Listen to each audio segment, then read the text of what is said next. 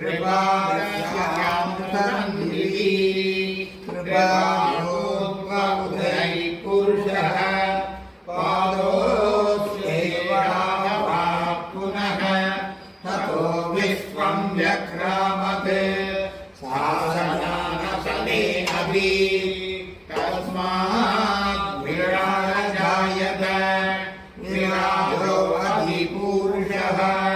सजातो अत्य छन्दागुंसि यज्ञे तस्मात् यजुस्तस्मादजायत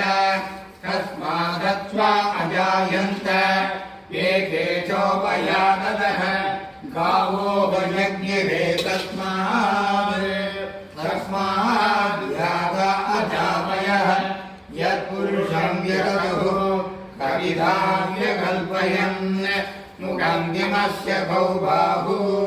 अकल्पयन् वेदावेदं पुरुषं महान्तम् आदित्यवर्णं तमसस्तु पारे सर्वाणि रूपाणि विचित्य धीरः नामानि कृत्वा विवदन् यदास्ते दाता पुरस्ताच्च मुदा जहार चक्रप्रविद्वान् प्रतिसहस्रः तमेवं विद्वान् अमृत इह भवति नान्यत्पन्थमग्रे वेदाहवेदं पुरुषं महान्तम् आदित्यवर्णं तमसः पुरस्तात् तमेवं विद्वान् अमृत इह भवति नान्यत्पन्था विद्यते जनाय प्रजापतिश्चरधिगर्भे अन्तः अजायमानो बहुधा विजायते कस्य धीरा परिजानन्ति योनिम् मरीचीनां वदमिच्छन्ति भेदसः कलमस्तकं तस्य मध्ये वह्निशिखा हरियोर्वा विवर्तितः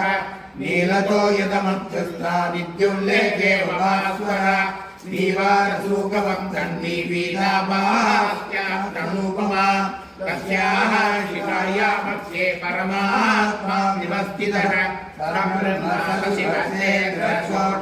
परमस्वराट् उदगुं सत्यं वरं ब्रह्म पुरुषं कृष्णमिन्द्रम् ओर्मेत्रेतादृतदे पदं समूढमस्य बाहुं सुरे त्रीणि पदा विचक्रमे विष्णुर्गोपामदाभ्यः ततो धर्माणि धारयन्